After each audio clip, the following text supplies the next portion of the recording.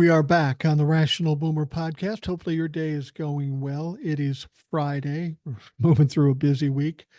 I want to say thanks to Old Soul for joining us yesterday. I'm hoping we've got Ed this weekend. We'll see. I'm waiting to hear back from him. But Old Soul always puts on a great show. She's very informative. She's very articulate.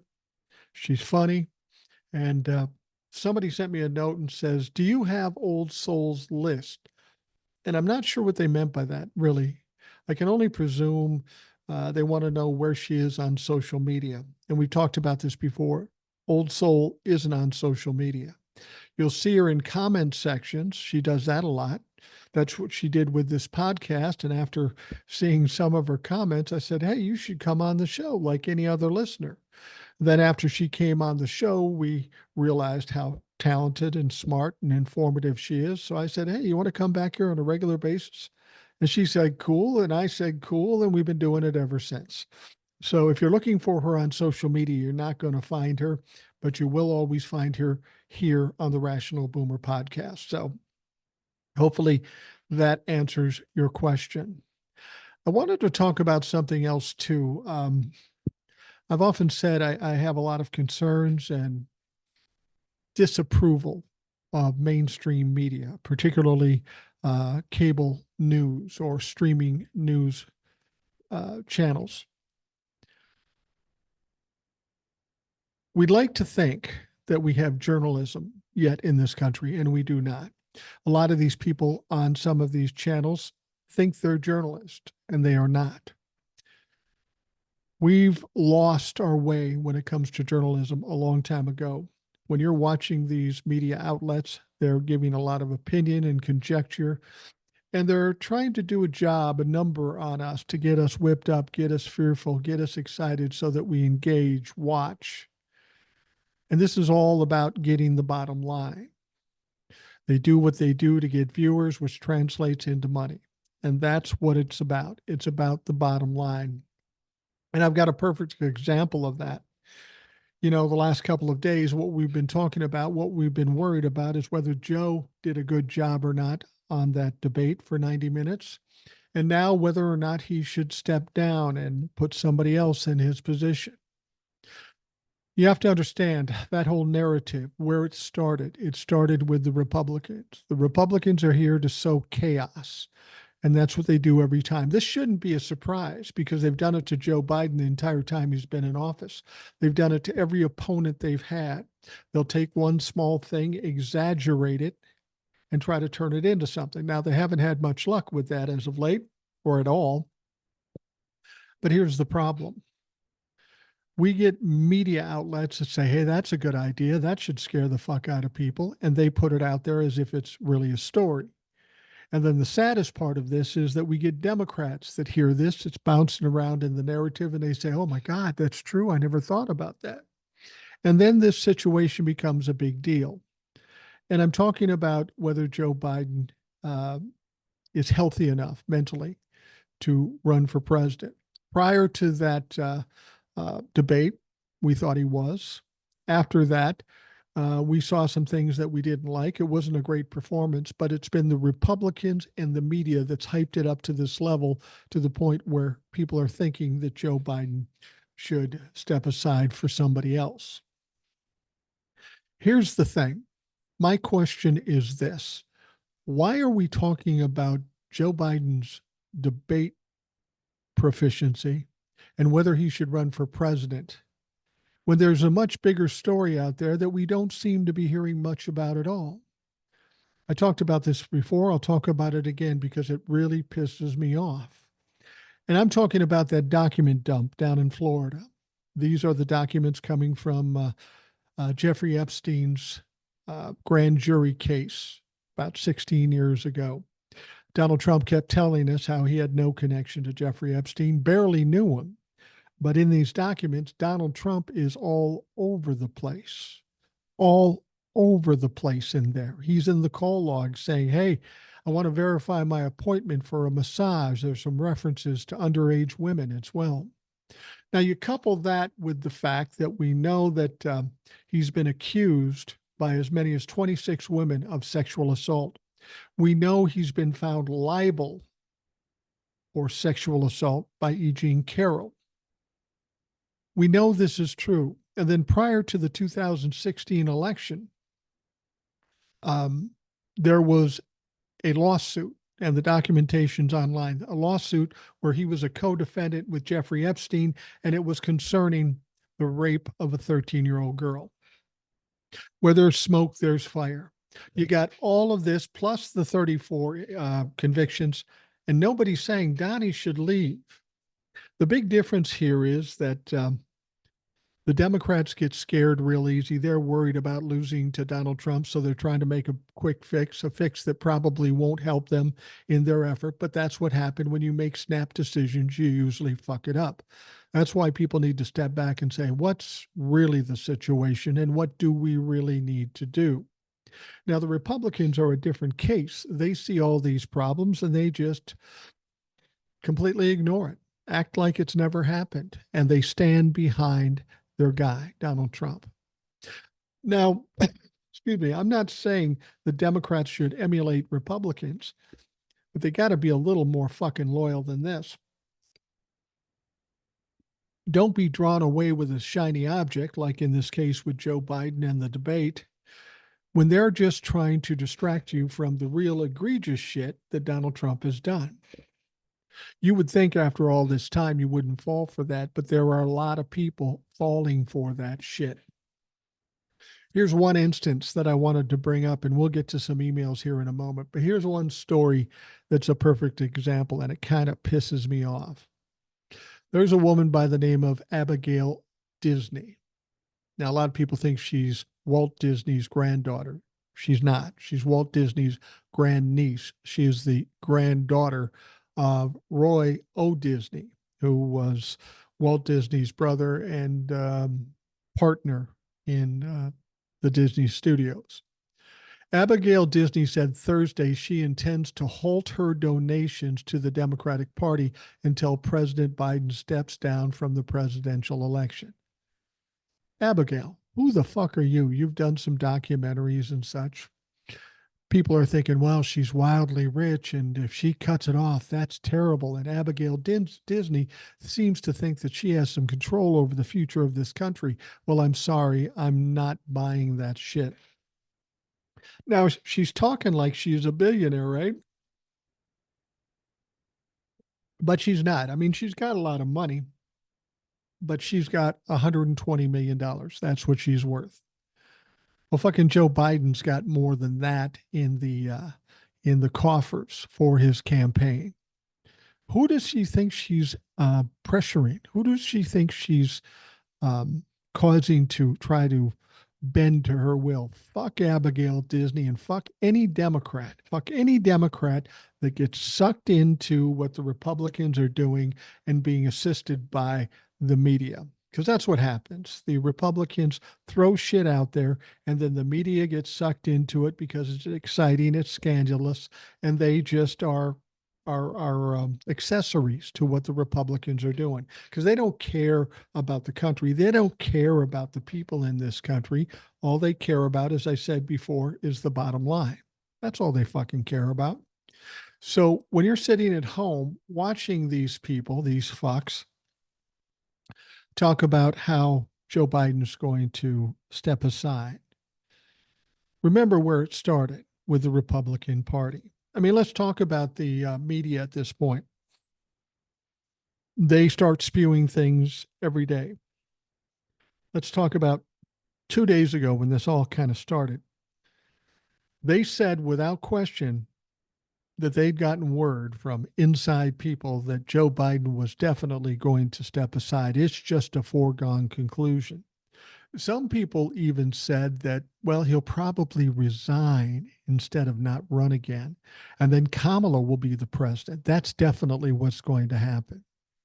Well, what has happened? Joe Biden meets with some governors and some other people. He does a couple of speeches and he says, I'm all in, I'm staying. So my question to the media is, did you have facts to base this up? Or was this just hopeful thinking that you could instill some chaos into the narrative? I think the latter. And I think they continually do this over and over again. There was one other story I wanted to bring up. You started hearing it first on TikTok, and then you started hearing it from other news sources. They were saying, oh, we came across an FEC document. It shows that they filed for Michael Flynn to be Donald Trump's vice presidential candidate.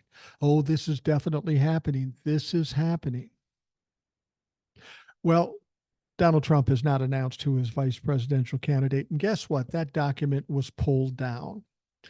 I have a feeling that maybe he was going to announce Michael Flynn as the vice presidential candidate, which would have been hilarious because he's a convicted felon. He has been convicted of being a non-registered foreign asset, and he's just part of the whole QAnon insurrectionist group.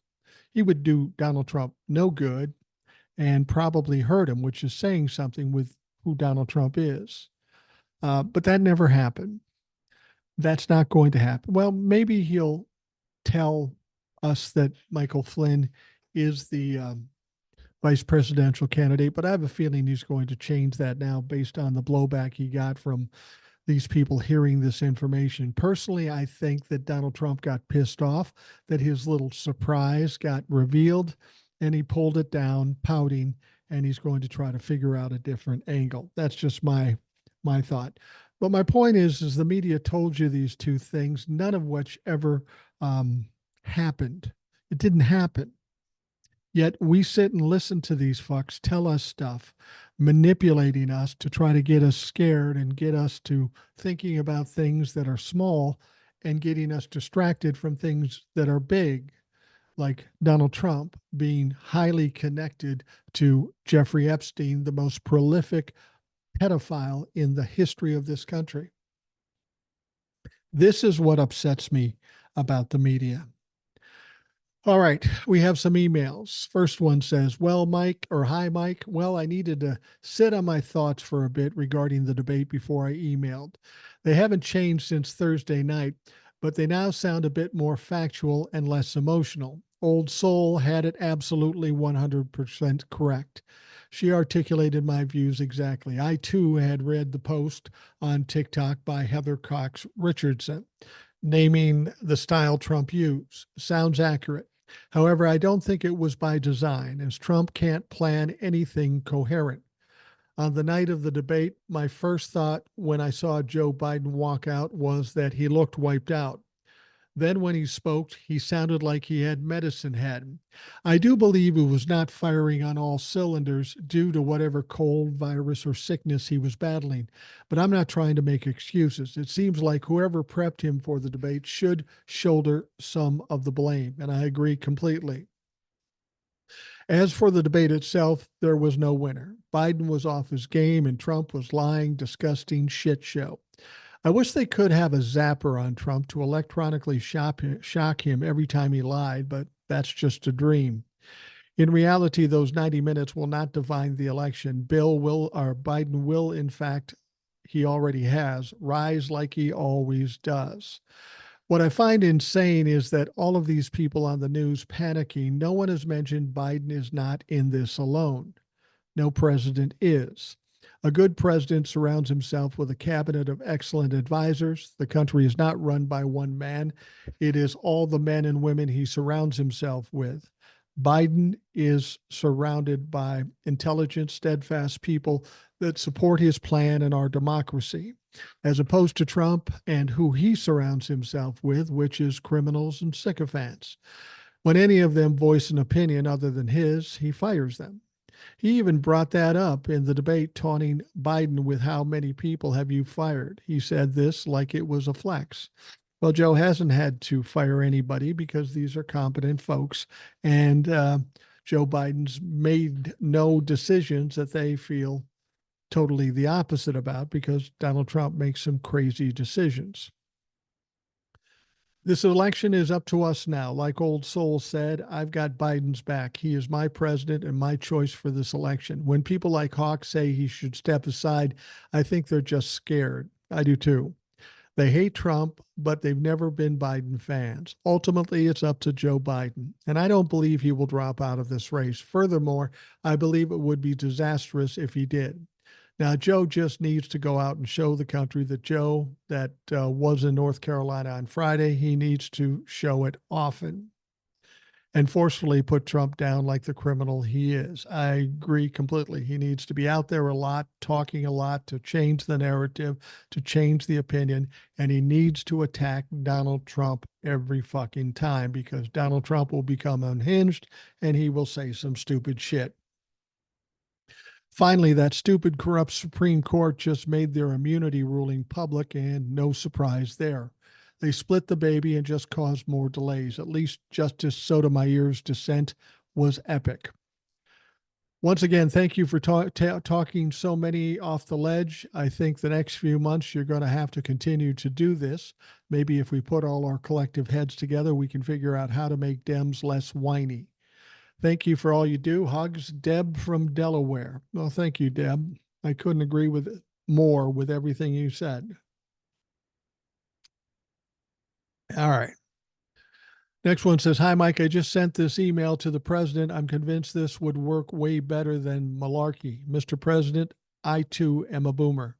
I listened to a podcast called The Rational Boomer, and Mike Marn indirectly gave me this idea. In your next debate, when Trump starts spewing his lies, when it's your turn to respond, look him straight in the eye and say, Donald, you're a fucking liar, and you've always been a liar. See, I say when dealing with a thug, be a bigger thug, be an epic thug. I agree with you. Yes, tens of millions of jaws would drop, and that's exactly what you want. Remember the Will Smith incident when he smacked Chris Rock? It was epic. It's all the media talked about for weeks. So imagine you dropping the F-bomb in a debate, preferably early in the next debate. Mr. President, I guarantee you would make it debate history. Social media, TV media would be ablaze right up to and beyond Election Day. Look, nobody would be that shocked if Trump dropped the F-bomb, but oh my God, if you said it, it would be epic. I'll be honest with you. I think Joe Biden says the F word quite a lot, not in public, not while he's giving speeches, but he's got a little bit of a mouth on him. I just saw something where he was on stage and he brought up Elton John. And Elton John was speaking in favor of the Democrats and speaking against Trump. And Elton John dropped the F-bomb, and Joe was laughing his ass off. You should check out that video. It goes on to say, I also guarantee people would be doing a Tom Cruise dance on their crutches. Your polls would soar and send Trump scrambling. Mr. President, you're going to leave a legacy like no other. This F-bomb would be just the cherry topper. This is a war of optics. You just need to seal the deal. We love you, Joe. Save us and our democracy. Mic drop. Phil. Well, Phil, I agree with you. I don't know that you'll ever get Joe Biden to say the F word in public on a microphone, but he does need to be tougher. Oh, and Phil, thank you for giving them my name and my podcast. So now the Secret Service is going to be fucking looking into me. Thank you for that. Fortunately, I don't have anything they're going to find, but I have had the Secret Service look into me before. Now, I was pretty young at the time. I was 17 at the time, working at a radio station and going to school at the same time. The Vice President of the United States was coming. That was Nelson Rockefeller at the time, and he was Vice President to Jerry Ford. And he was having a press conference or something, and I wanted to go. I mean, fucking Vice President of the United States. I don't care who it is. So I put in an application to go, and of course, the Secret Service had to check out my background. Now, I was only 17 at the time. How much could I have? I'm now 64. I still don't think I have anything that's going to get me in trouble, but I had a lot of years to fucking consider it, didn't I? All right. Thank you, Phil. I appreciate it immensely. All right. The next one says, plain and simple, fuck MAGA Republicans, fuck the red Supreme Court justices, fuck Steve Bannon, fuck Merrick Garland, fuck Kevin McCarthy, fuck DJ Vance, fuck Russia, and most of all, fuck that lying, orange, bloated sexual assaulter, guilty as fuck, waste of life, Trump. I think you've made your opinions clear. Not to mention, fuck all the pieces of shit that voted this failed ass clown in. Now that I got that off my chest, thank you. I still have complete faith in Joe and the Dems at the moment.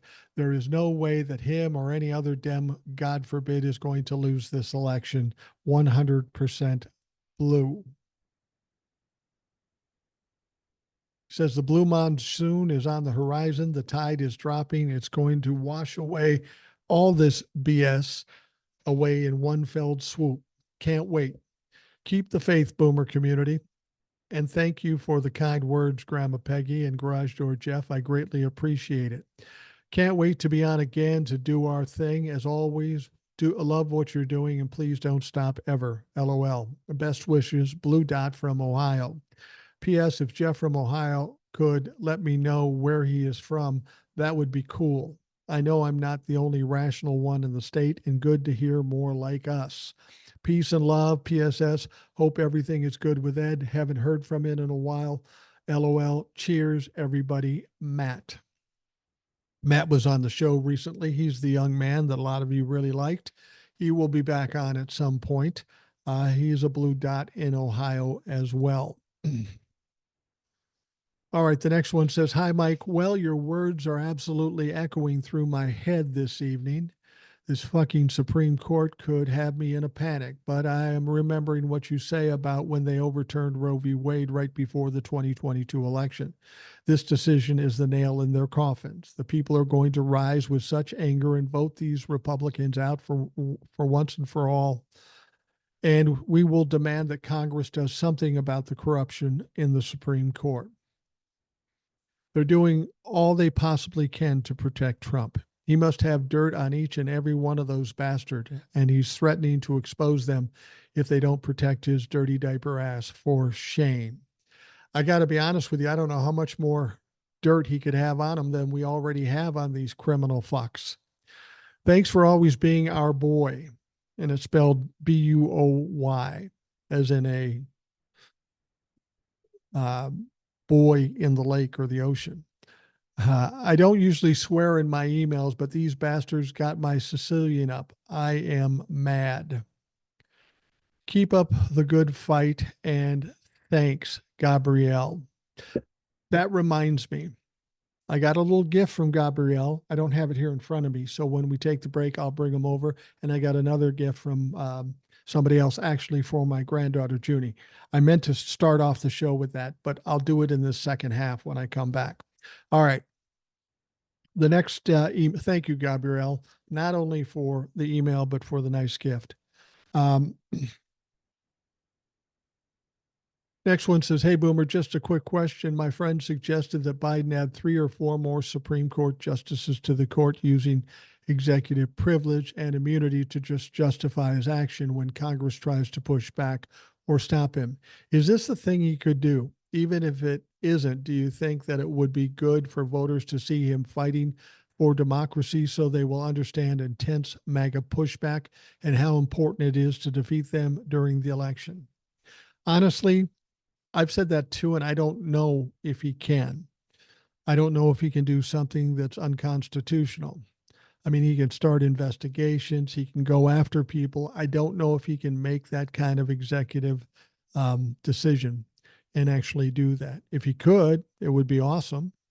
I don't know that he would. He's a big guy when it comes to rules. He doesn't want to take advantage of this opportunity. But like I've said before, when the going gets rough and desperate times, we may say, Joe, try some things that we don't expect. I mean, what's Joe got to lose at this point? If he gets elected for 4 more years, he can't run again. He's too old anyway. So you might as well just cut loose. Go against your 50 years in service and just do what's best for the country. The email finishes up by saying this will not only test the glue of this immunity ruling when used against them, but allow the public to watch the double standards they implement. The way I see it, they're just strip Congress of its power. Marry Biden or bust. Yeah, I agree with you. They have. And it's funny how Jim Jordan, we talked about it with Old Soul. Jim Jordan uh, said to the Democrats, well, I hope you're careful with the Democratic norms. It's ironic that Jim Jordan would talk about norms when he and Trump and all the other Trumplefucks stomped all over fucking norms, like not complying with a subpoena. Now they want us to comply with norms. That tells me they're nervous. They maybe didn't think about what would happen if you give a president immunity. Did you forget that Joe Biden actually is the president and now he has all the immunity? Donald Trump only has immunity over things that happened in the past when he was president. He has no immunity now. That motherfucker has no immunity. All right. Thank you, Mary. I appreciate that. Um, let's see here. We got one. We got another one we'll get through in in this half, and we'll have more emails um, as we come back. All right. The next email says, hold on. Okay. I lost my spot. We're back. This one starts out, I've seen a lot of things, good and bad, going on in this country over the last 74 years. Some made me mad, some made me laugh, some made me feel vindicated, some I helped bring about, some made me cry. Today, I feel like I'm going to puke. SCOTUS is broken. We have to fix this immediately, if not sooner. Grandma Patty. Well, Grandma Patty, I understand your interest and concern about fixing it immediately. Short of Joe Biden being able to do something with this immunity that he was gifted with, there's really nothing you can do. If you're going to stack the Supreme Court, if you're going to impeach somebody, you need more. And if you're going to do it through the normal process, you need more power in Congress. We don't have the majority in the House, so that's a non-starter right there. We won't be able to do anything. And then even if it gets to the Senate and they use the filibuster, we're not going to get 2/3 of a conviction in an impeachment. It's just not going to happen. The Republicans are not going to comply with that. They just won't. So as I've said before, I know there's a lot of people that say we need to do something and we need to do something now. There's really nothing we can do unless Joe does have some extra powers now, and we really don't know that yet. Maybe we'll find out. But through the normal process, it's not possible. We don't have the power in Congress. So the only thing we can really do is to do our job. Come November, vote out every fucking Republican, including Donald Trump. And then when we take control in January of 2025, we get down to business and we start impeaching, we start stacking, we do whatever the fuck we have to do. That is the unfortunate thing here. The immediate reaction is to let's get this done right now, but there really is no route to do that unless Joe Biden has some route with his new powers, but we don't know that yet. I'm not even going to speculate on that. Even if he does have powers, will Joe Biden do it? Probably not unless he's in desperate straits, because Joe Biden isn't the kind of guy that's going to take advantage of a situation. He's just not going to do that. But you're absolutely right. Our problems with the Supreme Court are dire. The Supreme Court is one of the three branches of our government. And if one of the three branches of our government is corrupt and criminal, we have a problem maintaining democracy. It's going to be very difficult. It's not a matter of getting back at the Republicans or trying to fix a problem. This is about the very future of our democracy. Even if we get the Republicans out the door, out of the way, out of the narrative, even if we do that, if we don't fix the Supreme Court, the problems continue. So you're absolutely right. This is something we need to do very quickly, but we can't do it until after the election and after the new Congress takes their seats, assuming we have control of the House and the Senate.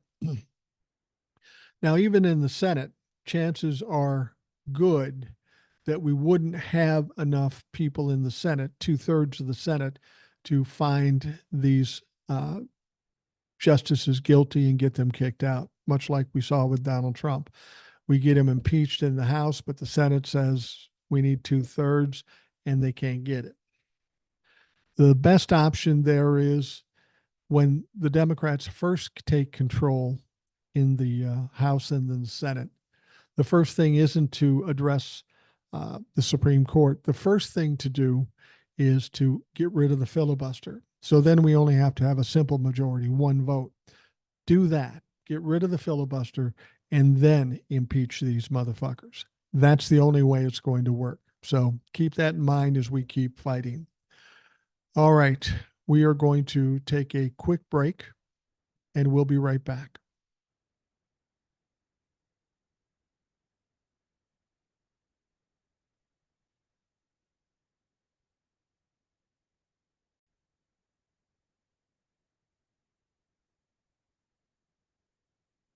We are back on the Rational Boomer podcast. We've got more emails to continue with, but before we do this, I meant to do this at the beginning of the show, but I'm old and I forgot.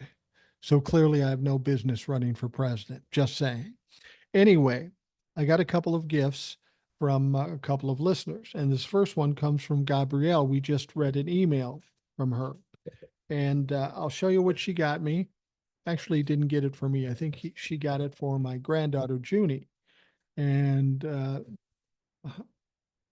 it this way: How to babysit sit grandpa? Now, I'm convinced my granddaughter does think she's babysitting me.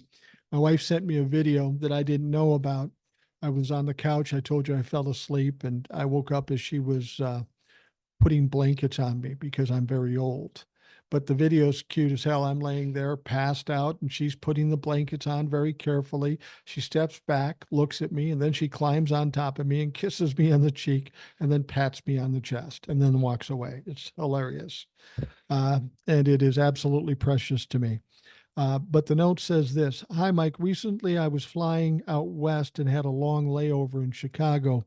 Went into a bookstore and saw this. Not sure why, but I thought of you and your Junie. I hope she enjoys reading this with you. Nowhere does it mention that Grandpa is meat. No, I think that's purely Junie's invention. She sounds like such a wonderful child. She is. I love your stories about the time you and your wife got to share with her. One of my favorite quotes is: Children are all made readers in the laps of their parents. I like to add grandparents to that. Thank you for all that you have done for your followers and listeners. It has made a difference to many. Thank you with your wife for sharing you with us. Have a great day, Gabrielle. Now, I have trouble reading this because it's in cursive and nobody writes in cursive anymore, but both these cards are in cursive. Gabrielle, thank you. I can't wait to give this to my granddaughter. When I tell her it's about babysitting Grandpa, she'll get it right away. She thinks I'm a goofball anyway, which she's probably right about. But it won't be long before she's telling me what to do. I mean, everybody fucking else in my family does, so why not?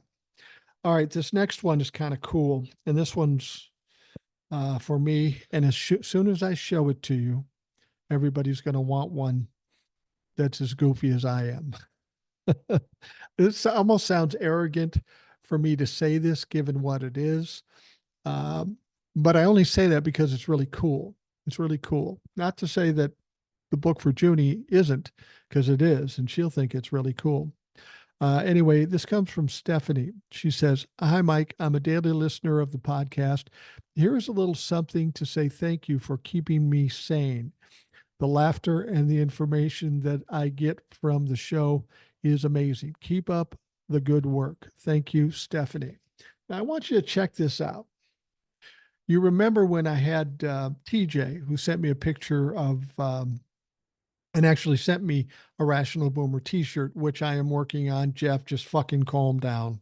But if you want the t-shirt, and apparently a lot of people do, if you want the t-shirt, you're going to want this too. And I don't know how Stephanie did this, but it's pretty cool. It's a water container. God, I got to figure out how to do this. Okay, there you go. See that? It's a water container and it has that logo, my picture on it. I have no clue how she did that.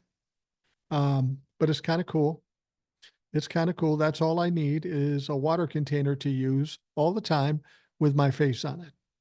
Talk about a little self-serving, but that is really a cool item. And Stephanie, I appreciate it immensely.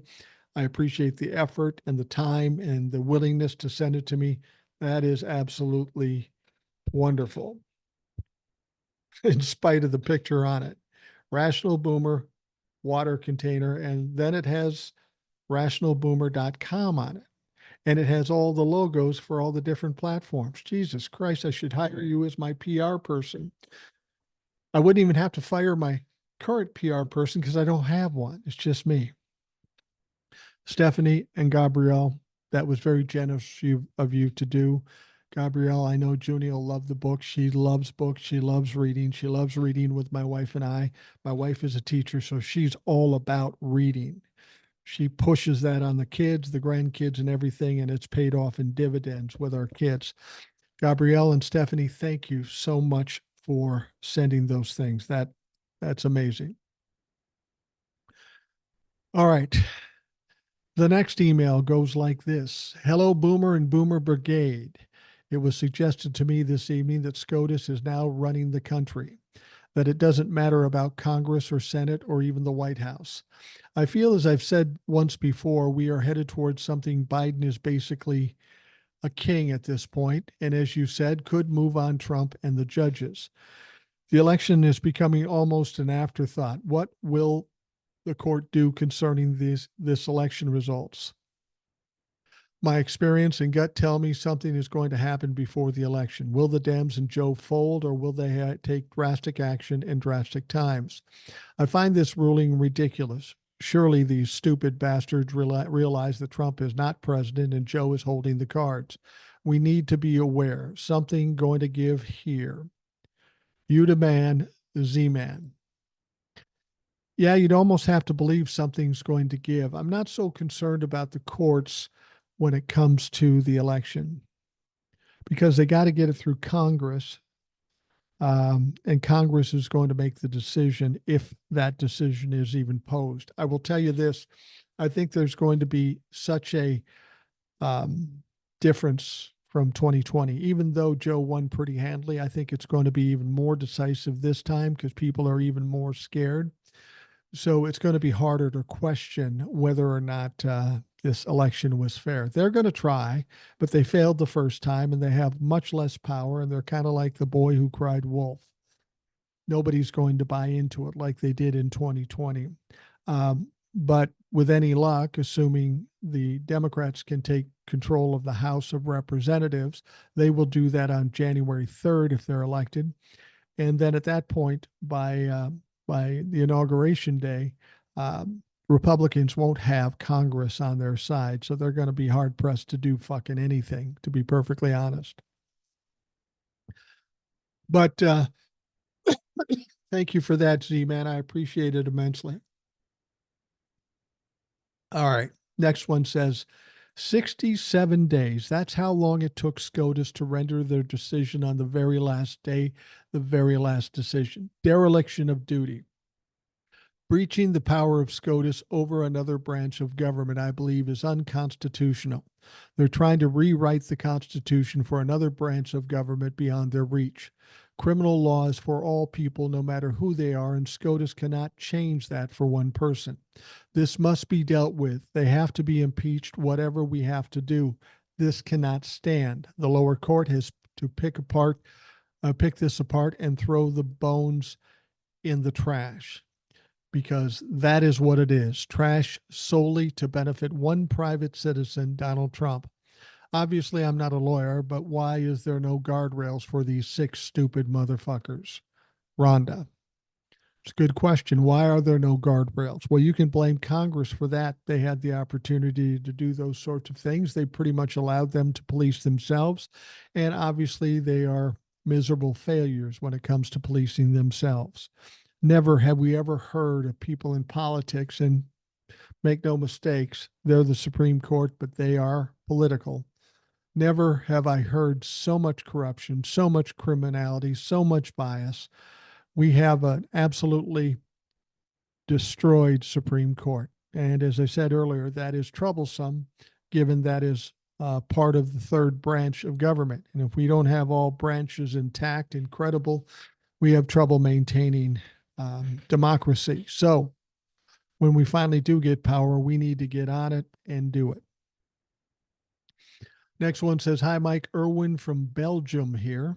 I wonder how many emails you'll get that begin with, 'I'm not a lawyer, but,' well, I'm not a lawyer, but I've read the opinion of the Supreme Court majority, and I don't think it's as bad as the left leaning media or as good as the right wing media seem to suggest." I tend to agree with that. When something like this happens, of course, the media is going to get inflammatory with it because they want to scare you. Going on, it says, "In short, the president can claim immunity, but it is for the district courts to decide if he indeed has it. So that's a good thing. For instance, Judge Shutkin can now have a pretrial evidentiary hearing in which all the dirty deeds of the Orange Fuhrer are exposed." Yeah, and he's not looking forward to that. Granted, that will slow down the trial itself, but the trial would not have happened before the elections anyway. So an evidentiary hearing, if it happens, may be a blessing in disguise. Rachel Maddow says that a president can now send a Navy SEAL team to assassinate his or her opponent. Not so. After his or her term, that president can still be prosecuted. And again, it's up to the court to grant him or her immunity or not. That's not the problem. The problem is that a would-be dictator like Trump is never going to leave office once he's elected. And that is why the GOP has to be beaten into oblivion come November. "I'm sorry for this long email. I'll be quiet now. All the best, Irwin." You don't have to apologize for long emails. We have our share of long emails, but you make some excellent points and you bring some important information to the forefront. So don't apologize, Irwin. I appreciate it immensely. And that certainly gives us something to think about. That's a um, pretty logical look at what really happened. We don't get that logic from the media. They get the hair on fire, screaming wildly. That's what they give us. And then, of course, people on the Democratic side and the Republican side fall for it, and they react just like the media wants them to. That is a better version, an example, an explanation of what's going on. That doesn't mean we shouldn't be upset about it. It doesn't mean that we aren't risking a lot of things because of it. It's just another step closer to these fucks trying to take control and trying to change our country. All right. The next email says, "Good morning, Mike. Thank you for helping us keep all of this information broken down in the most basic elements that we can understand and work with. My question at the moment is, all these folks are asking for Joe to step down. Why did someone not step up earlier than now? Anyone could have challenged Joe for the Democratic nomination. Am I correct?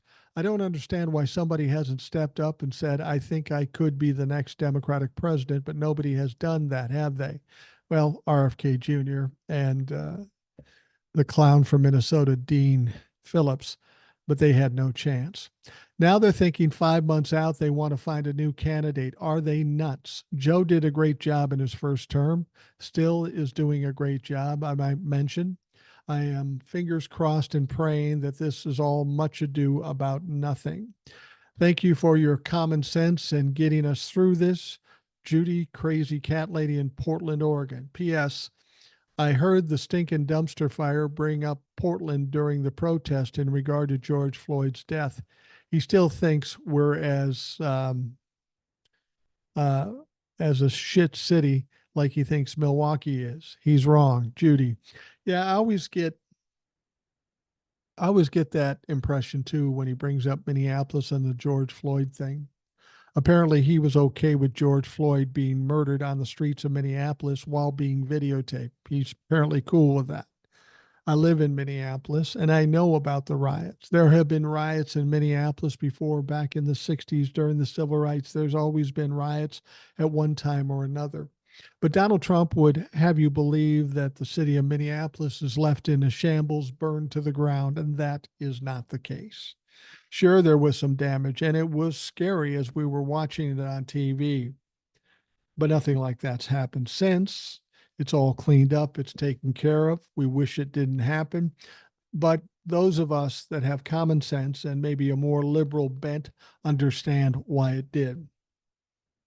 First of all, most of the violence was instigated by Republicans or conservatives. We've got videotape showing that very thing. And then when it happened, people felt free to go after the police and the whole city. And you can kind of understand why they might be angry when you've got a video that's spreading worldwide of a white cop, a racist cop, murdering a black man, regardless of what the black man's legal issues were in the past or not. People keep saying, well, he was a crook anyway. Okay, so we can just kill people on the street if they're crooks. That's bullshit. That's stupid. That's not American. But he always makes it sound like Minneapolis is still struggling. Trust me, it's not. It's not at all. Judy, thank you for your input. All right, the next one says, hello, Boomer. I would like to chime in on Old Man Joe. I have a perspective that I haven't heard many talk about. I've been in healthcare for over 30 years, and I've taken care of hundreds of folks who need medical attention. And no, I'm not a nurse. With that being said, I've attended to patients who are 60 years old yet look and act 40-ish. And conversely, another 60-year-old may look and act 80-ish. Joe Biden has had the privilege for many years, mind you, at the best health care in the frickin' world. It's the same care Trump got when infected with COVID. By all accounts, he should have died. Dumb luck. If Joe was sick or handicapped in any capacity, the doctors who care for him would raise the alarm. Let's discuss this point of view. Best, Allison in Vegas, still voting for old Joe. Yeah, I would agree with you. If there was something dire with Joe Biden, we would have known about it before now. As I've told you, the Republicans do this and the Democrats constantly fall for it. They take something small and they exaggerate it and they make it a big deal. They did it with Joe Biden allegedly taking a bribe. They did it with trying to impeach Joe Biden. They did it with Mayorkas when they impeached him. They took something that's nothing, made it big, and they tried to pass that off in the narrative. And there are some Democrats that are dumb enough to fall for it every fucking time. And I'm convinced that's what we're looking at now with Joe Biden not being capable of running for president. I think we'll find that's not the case. And I think that whole narrative will go by the wayside when it gets nowhere with the Republicans, like every other time they've done this. All right, the next, thank you, Allison in Vegas. Maybe you should hook up with old Shoal. She's in Vegas too. All right, the next one says, hi, Mike, love your podcast, first time writer. There is no surprise to me. I have 2 points. This sets up Project 2025. Now they have given their blessing to all that is needed, excessive executive branch overreach when if Trump gets in, and he won't. Number 2, this is a fuck you to Americans. How dare they question the supreme existence by suggesting unethical behavior? Crybabies with privilege. That's an interesting point. Is this a shot back by the Supreme Court? I wouldn't doubt it. I mean, I think of all of what we're doing is retaliation for having the audacity to elect a black president in Barack Obama. That got the racist and the evangelicals all whipped up. How dare they elect a president who happens to be black? And they did it twice. Says something about the power of the Republicans. They couldn't keep him out. The email goes on the possibility of Trump winning. Here are some facts you asked for. 7 million more votes in 2020 is irrelevant. It came down to about 44,000 over 3 states, Arizona, Georgia, and Wisconsin. I don't know if I agree with you from that standpoint. I've heard that given before, and I understand what you're saying. We're also talking about 20 or 30 electoral votes. And whether it was 44,000 or 444,000, it really doesn't make a difference because whatever happened last time, it's going to happen bigger now. People voted for Joe Biden, not because they loved Joe Biden. They were afraid of Donald Trump. That's why Joe got 81 million votes, okay?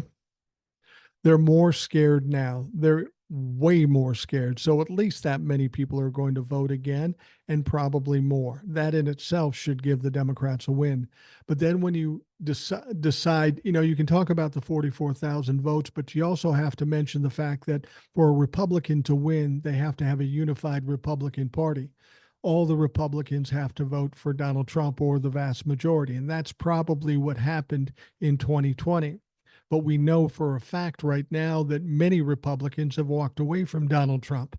Independents have to come into play too for Donald Trump or any other Republican. We know that at least 50% of them said they would absolutely not vote for Donald Trump. You're going under the thought that it's going to be a close race, like you suggested was in 2020.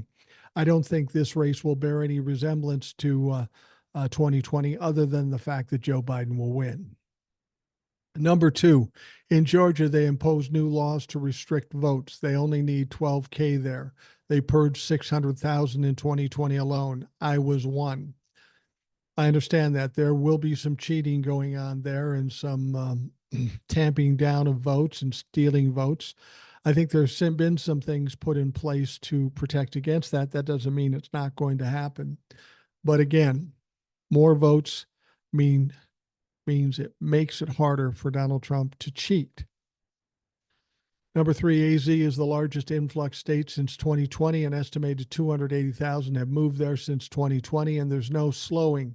Most of them come from California for financial and political reasons. They won't be voting blue here. In California, their red vote is irrelevant. So you think these 280,000 people that are coming from California won't vote blue? You're thinking they came from California and changed their vote to red? Here's the thing. Everybody talks numbers and all that. There's an intangible here. There's a lot different than there was in 2020. 2020, Roe v. Wade hadn't been overturned. We saw what happened in 2022. That red wave that was supposed to happen based on the numbers and historical data didn't happen. That Roe v. Wade decision is still hanging over their heads. These people have not forgotten about it. Women have not forgotten about it, and the people that support women have not forgotten about it. 75% of this country support Roe v. Wade. So you think they're going to vote for the guy who claims he's responsible for implementing it? I doubt that. Now you have the Supreme Court decision that's got people up in arms. That's going to have a similar effect to what overturning Roe v. Wade did. So that's just going to take more votes for him. Throw in the 34 felony charges and everything else that we found out since 2020. To compare this to 2016 or 2020 is apples and oranges. We're dealing in a different world. Donald Trump is a different candidate, a much weaker candidate, and we, as the people of this country, know a lot more. I understand what you're saying, but I don't agree with you. Goes on to say, I have hope for possibly Texas, Florida, and North Carolina, plus Roe v. Wade is on our side. I'm optimistic, however, it's not a slam dunk as I see it. Again, love the show, love what you do. Keep up the fight. I will as well. Dang Yankee. You're getting sucked into the fear that the Republicans are trying to trawl out. It's impossible to say it's definitely going to be a slam dunk. I have a feeling it will be. I think a lot of people will be surprised, specifically the Republicans. They will be surprised at what a big ass whooping they take. It will be substantial. But it's all speculation on your part, all speculation on my part. All we can do is do the work between now and November and then get out and vote. And then we'll see what happens. All right.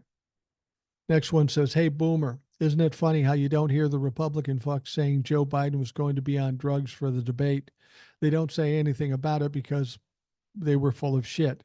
Could it be that Joe Biden's people was trying to have Joe come out more calm and not so energetic so that they wouldn't say he was on some sort of drugs? Joe is the best option and will kick the fuck out of the douchebag Trump. Go blue all the way down to the line, baby. Oliver from Massachusetts. I agree with you. I don't know if they told him to go more low key. I think what they probably did was told them to stick to the facts, the data. And that was the wrong strategy for a snowball, a crazy fucking snowball rolling down the hill. You got to kind of match the energy. Otherwise, you look weak. That is an old trick by narcissists. I talk louder, I talk faster, and I talk longer. And to them, that's a win. And to dumb fuck Trumplafucks, that translates into a win. It wasn't a win because Donald Trump lost a lot in that by the crazy shit he said. But we don't have the media talking about that. And that's one of the things that troubled me about these fucks. All right. The next one says, Hi, Mike.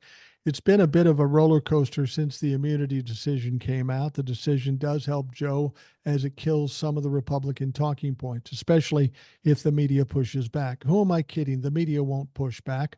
Well, their claims of Biden needing to be charged over the border or his executive orders are now gone. Is he immune? You would think so. Did you see that Representative Joe Morrell of New York said he's planning on introducing an amendment to the Constitution to fix this Supreme Court mistake? Yeah, and that's a definite possibility, but it won't go anywhere until after the Democrats have the majority. I don't know if it could get past the thresholds of 2/3 of both the House and Senate, but it is a start. I hope it would overwhelmingly pass in every state, but you never know. This could be like having abortion on the ballot and drive liberal turnout. I'd love to be able to vote yes on a new constitutional amendment. AOC said she's going to file articles of impeachment against members of the Supreme Court over this ruling. I wonder if it's just one or all six conservatives or somewhere in between. Again, they aren't going to be able to impeach them until they have the power, but it gets the ball rolling. I am disappointed that Trump's sentencing date got pushed back, though that does open up the possibility that the Republican nominee will be jailed just before the election, and it will be Trump's fault for asking for it to be delayed. I've been thinking about this idea of immunity. I'm pretty sure the Trumplafucks and Trump himself don't entirely know what it means. They don't realize that immunity in this case means crimes were committed but can't be charged. If Trump is using immunity as a defense, it doesn't mean he's innocent. These are not the same things. They only know that his word immunity means Trump doesn't go to jail, and that's all they care about. It's so easy to see why he loves the poorly educated. That comes to us from Eric in Iowa. Eric's been on the show a number of times. He'll be on the show again in the future. Thank you, Eric. Hi, Mike. I have an important message for all Republicans out there. We know who this is coming from. Now that the spotlight is mostly on Joe Biden since the debate, how dare the Democrats use the same loser tactics as the Republicans? It's all fake news, a hoax, and a witch hunt. You all think Biden did bad? Well, our candidate did worse, plain and simple. True Republicans know that the loser tactics and looking bad belongs and was created by putrid Donald Trump. Our former beloved and sexy president has shown over the past 4 years they really losing is. He lost in the hush money trial, both civil trials. He's losing support from the 500 most wealthy people in the country. He's losing 75% of women's support on reproduction rights, and he lost support of many, many more groups in this country. Democrats should stay out of our turf. Losing is the Republican way. Go MAGA Panzer. And again, I'll just remind you that what Panzer writes is with tongue solidly in cheek. But anyway, thank you, Panzer. I believe I appreciate that. I just wanted to say things as we're getting to wrap it up.